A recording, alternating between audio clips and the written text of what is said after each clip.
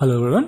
Today we'll go into another thermal method, that is differential thermal analysis, which involves the thermal analysis there where the temperature difference is measured for the system. So DTI involves heating or cooling a test sample and an inert reference material under identical conditions, and you record the change in temperature of the reference and sample, and you take the difference between those two.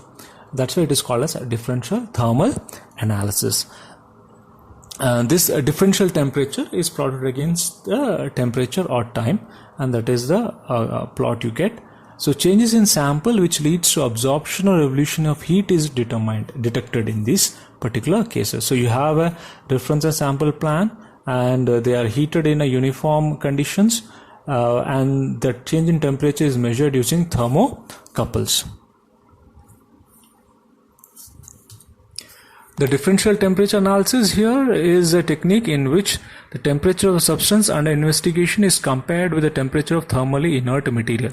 So the reference pan that is there, it consists of a thermally inert substance which doesn't undergo any changes during heating, like alpha alumina, and whatever the temperature change is recorded with furnace temperature as substance is heated or cooled at a predetermined uniform rate. The change of the temperature measured is in course of DTI is much larger than the TG experiment. In TG experiment, the limitation is that you cannot analyze any phase changes like crystalline transitions or glass transitions or crystallization process or any reaction where a non-volatile product is formed. Such kind of reactions cannot be followed in a TG experiment because there is no change in mass.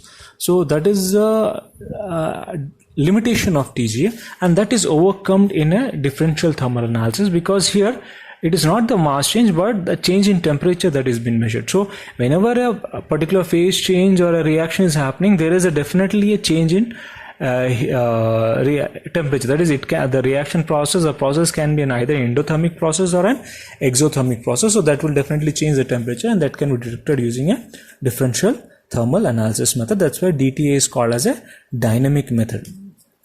So this is the instrumentation part where you can see you have the sample holder and the reference holder, which is kept in a furnace which gives a controlled and uniform heating rate to both the sample and the reference. You have a recorder which records the temperature changes and the temperature of the furnace using a thermocouples. Right. So the basic assembly is the same. You have a furnace, sample holders, reference. You have a temperature measurement for the sample and the reference. The difference is taken TS minus TR. So the instrument measures the differential temperature of the sample as a function of temperature or time, where the temperature rises at constant linear rate. Right. So two types of DTA systems are there. The classical one, where the thermocouple to detect the temperature is inserted from the top of the pan. In other case, it is from the bottom of the pan, the thermocouple has been put into the pans. The uniform rate of heatings are used with different alloys. For higher temperature, from 2000 degrees Celsius, molybdenum alloys is used. If platinum alloys are used, it takes the temperature around 1750 degrees Celsius, or if only nichrome or nickel and chromium alloy is used, it goes up to a temperature of 1300 degrees Celsius. The temperature regulator system is used. Specimen holder is more important here. The specimen holder, the sample holder, should not be reactive. It should be an inert substance which should be used, so that it doesn't react with the sample at any particular temperature. So stainless steel or nickel or platinum alloys are used, platinum or rhodium alloys are used. In certain cases, ceramics, silica or alumina, all these are used as a sample holder kind. And the size of the sample holder is also kept so low that even small quantity of sample can also be detected. So the measurement of temperature here is done by the thermocouple, where you have a rare metal alloy such as platinum or platinum rhodium are used as a thermocouple. In some cases, the tungsten molybdenum thermocouple is used for higher temperatures of 2000 degrees Celsius. So these are very thin thermocouples which are inserted into the sample and the reference and doesn't interacts with the sample. It doesn't react with the sample. So temperature recording system is there, which uses a galvanometric instrument or kind of thing, and there are direct recording heating systems also there. The DTA, what it basically measures is the heat of crystallizations can be measured, glass transition temperatures can be measured, heat capacity can be measured, phase changes can be measured. This is the temperature experimental details that is there, that is initial temperature, final temperature, how much is the heating rate that is to be maintained kind of thing. This is the curve that you get, this is called as a DTA curve, that is temperature versus the differential temperature. The differential temperature, as I already told, is the difference between the sample temperature and the reference temperature. Delta T is delta S minus delta delta T is TS, temperature of sample minus temperature of reference, that is delta T, and this is the plot that you get, right? So it is a curve, DTA curve, that is a DTA curve showing exotherm and endotherm baseline in changes. So this is the baseline, you call it as, right? So the above curve in this case is given as exotherm, that is exothermic reaction where the temperature is increasing for the sample. So the delta T is in positive region because the sample temperature is increasing, and if it is endothermic substance like melting is occurring there, so the temperature of sample is lesser than the reference, so delta T will be negative region. This shows small displacements, so that is changes in heat capacity, how much of heat is absorbed by the system, so the heat capacity can also be measured. So the representation of DTA curve is varied in some cases. Some cases the endothermic is shown upward and the exothermic is shown downward, but wherever it is been mentioned which side is endothermic and which side is exothermic. That has to be always kept into mind when you are seeing a DTA curve. So this is an overlap of DTA with TGA, where you can see the TGA shows only one curve for a particular process, that is dehydroxylation process for a particular drug sample, but it is not able to show this crystallization process. The crystallization process is no weight change, so that is not been detected in TGA, but it is detected in TDA. So that is the advantage of DTA over TGA.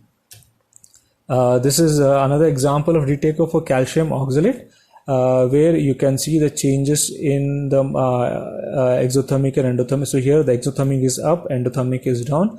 So here you see the loss of water molecule, then decomposition of calcium oxalate to calcium carbonate, losing carbon monoxide, then calcium carbonate converts into calcium oxalate and carbon dioxide, right? So from the area of this triangle or the peak what you get, you can also calculate the quantities, right? It is useful in quantitative measurement also. Based upon the peak height, peak area, you can calculate how much of quantity of that particular analyte is present in that particular sample. And the peak area is also helpful in determining the enthalpy changes and also determining the heat capacity changes for a particular reaction. It also helps in measurement of crystallinity of the samples also. This is a DTA curve for sulfur. So sulfur exists in different forms, right? So here it shows different thermograms for sulfur. You can see at 113 degrees Celsius it exists in a converts from rhomic form to monoclinic form. At 124 degrees Celsius the melting of sulfur occurs. At 179 it converts into a liquid phase transition, right, temperature. At 446 degrees Celsius you see the boiling point where the sulfur is totally boiling and it evaporates off, right? So all these changes, the phase changes is not visible in a thermogrametric analysis. It can be only detected in a DTA experiment. So now in this curve you can see the upper area is shown as endothermic and lower curve is called as a exothermic one, right? So always see the curve, DTA curve that is given, and see which side it is mentioned as endothermic and which side it is mentioned as exothermic. So person to person they give the graph in a different way based upon the instrument that is being used, kind of thing. So this is DG and DT of a manganese hypophosphite monohydrate substance. So you can see this is a TJ curve which shows drops in like one at 150 degrees Celsius, that is loss of water. Then at 360, the loss of phosphine group. At 180 degrees Celsius, another water molecule from the phosphate group directly, not the crystalline water. Then a pyrophosphate is obtained here, right? So you can see 1, 2, 3 curves here, but in DTA there are few more curves that is been seen. So this 150, that is loss of water molecules overlapping exactly. The loss of phosphine group is okay, overlapping with DTA, but this solid phase transition at 590 degrees Celsius is missing in TJ curve. The 1800 degrees Celsius decomposition of water to convert in pyrophosphate is seen, but further melting of pyrophosphate is not seen in case of TGA, but it is seen in DTA. The next we'll talk about a differential scanning calorimeter. This is another method of thermal method, where again two pans are used. One is for sample, another is for reference. So DSC measures the difference in amount of heat required to increase the temperature of a sample and a reference as a function of temperature. This is an instrument, very small instrument which can be used on a table. This is a differential scanning calorimeter. It is used for thermal characterization of solids and liquids. It can detect melting point, crystallization behavior, solid-solid reaction, polymorphism, degree of crystallinity, glass transitions, cross-linking reactions, oxidative stability, purity determination, specific heat calculations. All these things can be determined using differential scanning calorimeter. Right? So the basic principle of operation is that a sample is placed inside a crucible, a pan kind of thing, which is then placed inside a measurement cell, that is the furnace, and heating is carried out along with a reference pan, which is normally empty. Inert gas is used, or in some cases alpha alumina is used.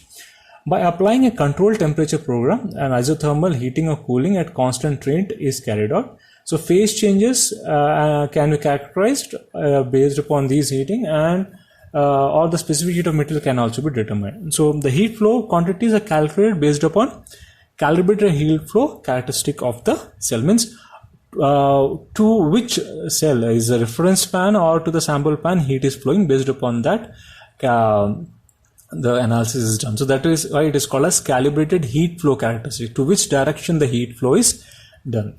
So it is also having the same system where you have a sample and you have a reference pan. Both are onto an heating source, which is connected to a temperature sensor to see the temperature changes.